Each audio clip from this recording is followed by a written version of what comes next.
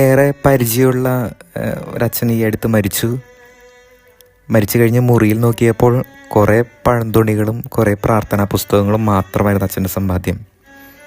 വേറൊരച്ഛൻ എനിക്ക് പരിചയമുണ്ട്.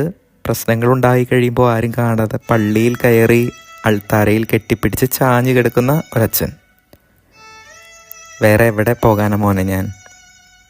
ഹീനിയുടെ saint Kevin and black ബേർഡിലെ വൈദികനെ പോലെ നീട്ടിപ്പിടിച്ച കൈക്കൊടുന്നയിൽ ഭയമില്ലാതെ അഭയമേകി മുട്ടയിട്ട് മുട്ട വിരിയിക്കാൻ ഇത്തിരി പക്ഷികളെ അനുവദിച്ച് പിന്നെ ആ ഇത്തിരി കുഞ്ഞുങ്ങൾ ആകാശം സ്വന്തമാക്കും വരെ ക്ഷമയോടെ സഹിച്ച് കാത്തിരിക്കുന്ന പുണ്യാത്മാക്കളായ മറ്റു വൈദികരുമുണ്ട്.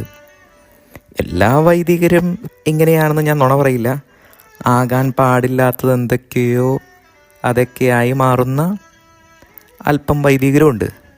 പക്ഷേ ഞാൻ കണ്ടിട്ടുള്ളതിൽ ഭൂരിഭാഗം വൈദികർക്കും ഈശോയുടെ മുഖമുണ്ട്. ഇന്ന് വൈദികരുടെ മധ്യസ്ഥനായ ജോൺ മരിയ വിയാനി പുണ്യാളൻ്റെ തിരുനാളാണ്. എല്ലാ വൈദികർക്കും വേണ്ടി നമുക്ക് പ്രാർത്ഥിക്കാം. ആമേൻ.